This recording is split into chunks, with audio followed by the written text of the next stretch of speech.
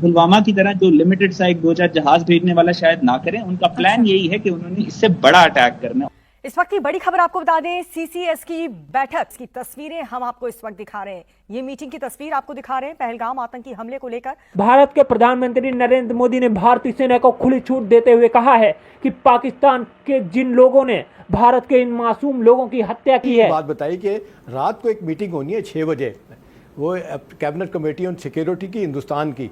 Pakistani army खबर आ रही है कि बंकरों में छुप गई है, क्योंकि पाकिस्तान को भी समझ आ गया है। ये बड़ी बात है कि भारत पाकिस्तान के बॉर्डर पे डिप्लॉयमेंट्स करने जा रहा है। लेकिन आप जरा चेक करें, I think it is likely that we will see an Indian military strike on Pakistan. मैं आपको all the way from Islamabad ये खबर दे रहा हूं कि वो हीट जो है वो यहां पर फील की जा रही, इसीलिए गुज़िश्ता रात से जो ट्रेंड्स चल रहे हैं ट्विटर के ऊपर, जो हैशटैग्स चल रहे हैं, वो यही चल रहे हैं ऑपरेशन के हवाले से। पाकिस्तानी वज़ीर आज़म मोदी उन्होंने अपना दौरा कट शॉर्ट किया, वापस न्यू दिल्ली पहुंचे, जहां पर उन्होंने एयरपोर्ट के ऊपर ही एक मीटिंग की है, सिक्योरिटी से रिलेटेड मीटिंग की है, जिसमें यकीनी तौर पर बहुत ही इंपॉर्टेंट डिसीजंस किए जा चुके होंगे। अब उनको लग रहा है कि जी पाकिस्तान को एक दफा फिर सबक सिखाने की बात हो रही है। भारत के पास जो जहाज हैं वो भी 2019 से ज्यादा बेहतर हैं, तो भारत अग्रेसिव पोस्चरिंग कर रहा है। तो आप ये समझ सकते हैं कि आने वाले दिनों में एक बड़ा खतरा हमें इस सारी सिमत में नजर आ रहा है। इसलिए घबराए हुए, ये हमेशा वारदात डालते हैं और फिर डरपोकों की तरह जो है ये टांगे इनकी कांपनी शुरू हो जाती है। नमस्ते दोस्तों, जय हिंद। हिंदुस्तान स्पेशल में आपका स्वागत है। दोस्तों, जम्मू कश्मीर के पहलगाम में हुए आतंकवादी हमले को लेकर प्राइम मिनिस्टर मोदी की अध्यक्षता में सीसीएस की बैठक हुई। इस बैठक में प्राइम मिनिस्टर मोदी, गृह मंत्री अमित शाह, रक्षा मंत्री राजनाथ सिंह, राष्ट्रीय सुरक्षा सलाहकार अजीत डोभाल सहित अन्य कई लोग मौजूद रहे।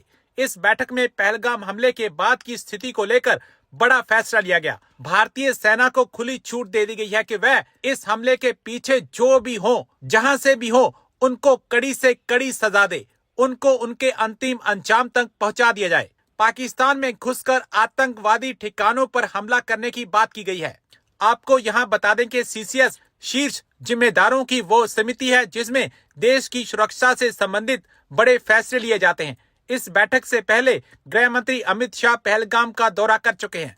वो आज ही दोपहर दिल्ली लौटे। बैठक में अमित शाह ने पहलगाम आतंकी हमले की पूरी जानकारी प्राइम मिनिस्टर मोदी सहित सभी लोगों को दी, जिसके बाद सभी से चर्चा के बाद आगे का फैसला लिया गया। ये बड़ी बात है कि भारत पाकिस्तान के बॉर्डर पे डिप्लॉयमेंट्स करने जा रहा है। भारत पाकिस्तान के बॉर्डर पे डिप्लॉयमेंट्स करने जा रहा है, ये चीज़ इंपॉर्टेंट है। और दूसरा, आपको ये भी पता है कि भारत के अंदर इस वक्त प्रोटेस्ट हो रहे हैं, डिफरेंट जगहों पे, सड़कों पे लोग हैं, प्रोटेस्ट कर रहे हैं। जारी बात है, ये प्रोटेस्ट होने चाहिए। ये प्रोटेस्ट लार्जली पाकिस्तान के बारे में, क्योंकि इनकी गवर्नमेंट ये समझती है कि ये पाकिस्तान ने किया, तो जारी बात है पाकिस्तान इसमें कुछ कर तो सकता नहीं है। इसमें जो करना है इंडियन गवर्नमेंट ने ये फैसला करना है। बहरहाल ये जो फैसला है कि हमें ये चीज़ करनी है, उन्होंने प्रोटेस्ट करना है, मैं समझता हूँ ये भी एक सिग्निफिकेंट चीज़ है। ओवरऑल पूरी दुनिया ने इस वक्त ऑलमोस्ट भारत के हवाले से रिस्पॉन्ड किया है, लोग कर रहे हैं। इवन के पाकिस्तान की भी हुकूमत ने, पाकिस्तान के फॉरेन ऑफिस ने इसके ऊपर कमेंट किया है। मैं वैसे एक दाद देना चाहता हूँ भारत को। मैं भारत को दाद ये देना चाहता हूँ कि जब से ये वाक़या हुआ है, उनका एक सिंगल पॉइंट एजेंडा है पाकिस्तान। सिंगल पॉइंट, पाकिस्तान में जितने भी बंदे मारे जाएं, पाकिस्तानी सियासतदान अपने कामों में लगे होते हैं, फिक्र ही कोई नहीं। वो सारी कौम इकट्ठी हो जाती है, सारा मुल्क इकट्ठा हो जाता है, सारे लोग इकट्ठे हो जाते हैं, वो जुड़ जाते हैं। और हम क्या करते हैं? अच्छा ठीक है, फौजी हैं, कोई बात नहीं। अच्छा ठीक है ना, पेशावर में ही हुआ है ना, कोई बात नहीं। अच्छा वो तो DI खान है, वो हमसे बहुत दूर है। वो डेरा इस्माइल खान में हुआ, कोई छोड़े उसको। वो टांक में हुआ जी, वो बन्नू में हुआ जी, छोड़े जी इसको। आपको दाद देनी पड़ेगी भारत के कि उन्होंने जो भी होता है वो कहते हैं जनाब ये वो सिर्फ इंडिया नहीं, वो ग्लोबल। वो इंडिया के अंदर तो इंडियन मीडिया इसको हाईलाइट करता है, अदरवाइज वो इंटरनेशनल लेके जाते हैं मसले को। वो इंटरनेशनल लेके जाते हैं इस मसले को। आपको दाद देनी पड़ेगी उनको। और हमारे लोग क्या कहते हैं? कोई बात नहीं, खैर है, कोई नहीं, हमारे ही हैं, वो ये फौज के काम है, फौज जाने, बंदे शहीद हो गए हैं फौज के, तो सर जी उनका एक बंदा भी मारा जाए सारा मुल्क इकट्ठा हो जाता है, हमारे जितने मर्जी मारे जाएं वो कहते हैं कोई खैर ही नहीं है। सिंध वाले कहते हैं वो पंजाब में हुआ है ना, पंजाब वाले कहेंगे ना बलोचिस्तान में हुआ है ना, बलोचिस्तान वाले कहेंगे वो केपी में हुआ है ना। छोड़ें जी, वो जिधर भी कोई वाकया हो वो सारा मुल्क इकट्ठा हो जाता है। They have that unity.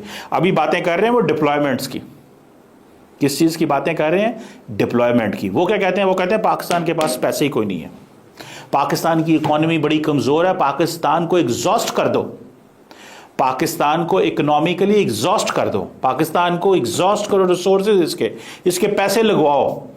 देखिए उनके पास तो पैसे हैं, क्या हम पैसे लगा सकते हैं? हमारे लिए चैलेंज है।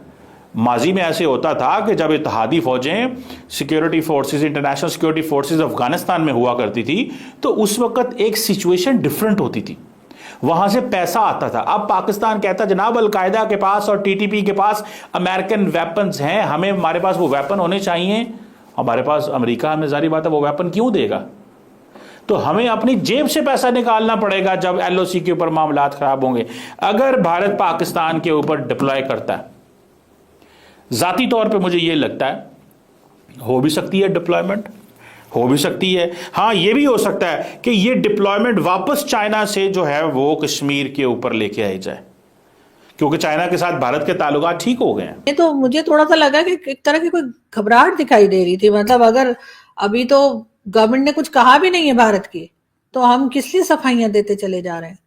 क्योंकि चोर की दाढ़ी में तिनका, चोर की दाढ़ी में तिनका है, बल्कि तिनका नहीं है, साला पूरा झाड़ू है चोर की दाढ़ी में, इसलिए घबराए हुए। ये हमेशा वारदात डालते हैं और फिर डरपोकों की तरह जो है ये टांगे इनकी कांपनी शुरू हो जाती हैं कि जी अब क्या करें, अब क्या लेकिन करें। सर ये क्यों करेंगे? अभी इनका बलूचिस्तान में भी हाल खराब है, अभी केपीके में भी प्रॉब्लम पड़ी हुई है, सिंध में भी चल रहा है। देखें एक तो ये है कि ये ज़हन में रखें कि कश्मीर पॉलिसी जो है पाकिस्तान की वो तब्दील नहीं हुई, वो ख़त्म नहीं हुई, वो जारी है। और वो यही है कि कश्मीर के अंदर इंडिया को इंगेज रखो, वहाँ आतंकवाद के ज़रिए और इंडिविजुअल टेररिस्ट एक्ट्स के ज़रिए और एडवेंचरिज्म के ज़रिए जो है इंडिया को इंगेज रखो। और कश्मीर की इकॉनमी आगे जाती है तो उससे नुकसान होता है, क्योंकि फिर पाकिस्तान जो है वो ये नहीं प्रोपेगेंडा कर सकता कि कश्मीर के अंदर तो जनाब बड़ा जुल्म हो रहा है। तो जाहिर है अब ये जो वारदात हुई है तो कॉर्डन ऑफ होंगे इलाके, सर्च ऑपरेशन शुरू होगा, तो पाकिस्तान उसको सर्च ऑपरेशन को दिखाएगा कि जी कश्मीरियों पे बड़ा जुल्म हो रहा है। तो ये इस किस्म का बयानिया कायम रखना इनकी ज़रूरत है। तो एक तो ये इसका एस्पेक्ट है इस इनकी इन्वॉल्वमेंट का कश्मीर में। और दूसरा ये है कि बलूचिस्तान में और अब सिंध 5 दिन हो गए, आज सिंध बंद है, कोई वहां से ट्रैफिक नहीं आ रही पंजाब में, और पंजाब की ट्रैफिक सिंध में नहीं जा रही।